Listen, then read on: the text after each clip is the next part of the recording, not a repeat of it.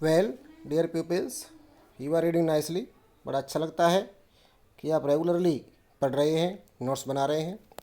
जैसा कि हम 6 पोइम अपनी कवर कर चुके हैं, रिवीजन कर चुके हैं, तो अब एक टेस्ट आपके लिए तैयार किया है और मुझे आशा है कि आपको सारे आंसर्स इन क्वेश्चंस के पता होंगे। इन आंसर्स को आप अपनी नोटबुक में लिख लें with question number, option number. एक बार देखते हैं टेस्ट सीरीज़। इसका टाइम 20 मिनट का है और मैक्सिमम क्वेश्चंस 20 हैं। Let us see the first question of our test. Who is the poetess of the poem my mother at 66? आपको 4 ऑप्शन दिए गए हैं। First one is Kamala Das, second one is Wordsworth, third R K Narayan, D John Keats. जो भी आपको लगता है कि आंसर करेक्ट है उसे आप question number 1 answer A, answer B, C, जो भी आपको लगता है उस आंसर को आप लिख कर रख लें। Question number 2, to whom does the poetess bid farewell? To whom does the poetess bid farewell? कि किसको वो अलविदा कह रही हैं पोइटेस? टू हर फादर, अपने पिता को, टू हर मदर, अपनी माता जी को, ब्रदर, भाई को, या अपनी माँ को, या ऑल, या सभी को। जो भी आपको आंसर करेक्ट लगता है उस पर आप लिखें या टिक लगा लें। Question number 3, find words from the poem which means sleep lightly, और सेकंड मीनिंग आपका है डेड बॉडी। इनके लिए दूसरा वर्ड क्या होगा, दूसरा मीनिंग क्या होगा? ऑप्शन दिए आपके पास। वैन, पेल। वैन जैसा कि हम जानते हैं कमज़ोर होता है, पेल मीन्स पीला। एक मीन दर्द, दुख, पेन। फैमिलियर, परिचित। एशन, राख जैसा। स्पिलिंग, कमिंग आउट, घर से निकलना। डोज, हल्की नींद।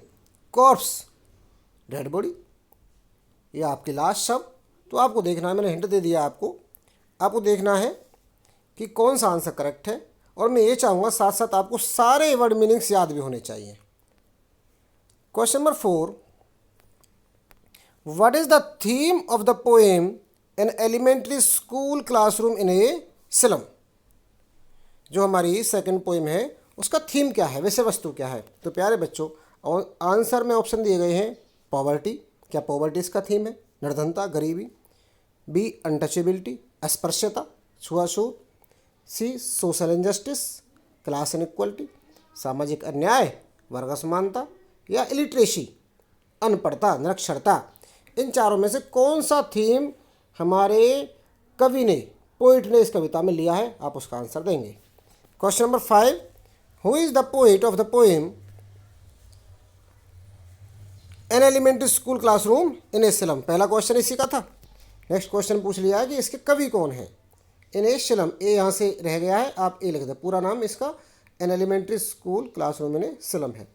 तो ऑप्शन आपके हैं Pablo Neruda, Robert Frost, Stephen Spender, Adrienne Rich. जो आपको आंसर करेक्ट लगता है उसे आप लिख कर रख लें और मेरी पर्सनल व्हाट्सएप नंबर पर आप आंसर भेज सकते हैं। आंसर इस तरह भेजें, क्वेश्चन नंबर 1 आंसर ए और उसे लिखें। फिर question number 2 answer B. It means अब ऑप्शन नंबर भी डालें और आंसर भी लिखें। Next question number 6, how is the boy sitting at the end of the class?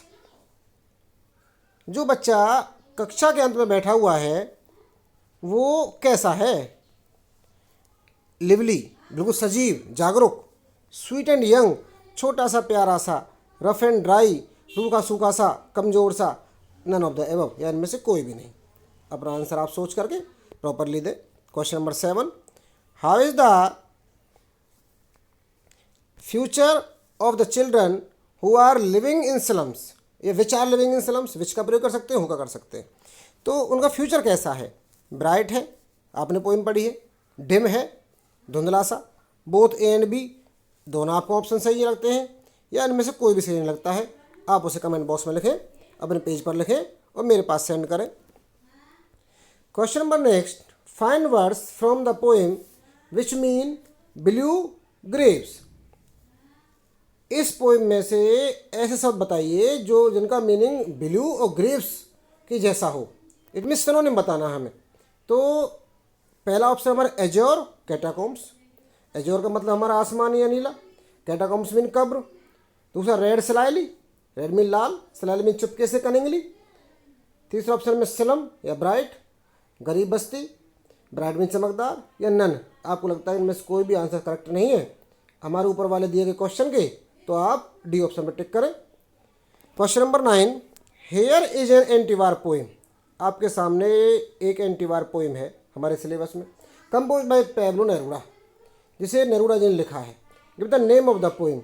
सीधे क्वेश्चन पूछे हम कि उस पोएम का नाम बताओ जो हमारे सिलेबस में है और पैब्लो नेरूदा ने लिखी है। तो ऑप्शन आपके नीचे दिए गए हैं, a road side stand, aunt Jennifer's tigers, या कीपिंग क्वाइट, या नन, या इनमें से कोई भी नहीं है। आप ये देखकर करेक्ट आंसर दें। क्वेश्चन नंबर 10 पर आ गए हम। The poet asks us to count to. कभी हमसे कहता है गिनने के लिए, टू काउंट टू, इतने गिनने के लिए। कितने गिनने के लिए? 12। आंसर्स आपके हैं 12, 1, 10 या 100। हमसे कितने गिनती गिनवा रहा है वो? हमारे क्वाइट इंट्रोस्पेक्शन के लिए, म्यूचुअल अंडरस्टैंडिंग के लिए आपको आंसर देना है। प्यारे बच्चों, ध्यान से करेक्टली आंसर दें और लिख। क्वेश्चन नंबर हम 11 पर आ चुके हैं। प्यारे बच्चों, 11, what are the green wars associated with. Green wars मतलब जो व्यक्ति हमेशा युद्ध की तैयारी करते हैं उन्हें हम कहते हैं ग्रीन वार्स। वो किससे संबंधित हैं? War with gas, wars with fire, both A and B, या नन, इनमें से कोई भी नहीं। ध्यान से आप आंसर देंगे। क्वेश्चन में नंबर हमारा 12 पर आ गए हम। According to the poet what is action. कवि के अनुसार एक्शन क्या है?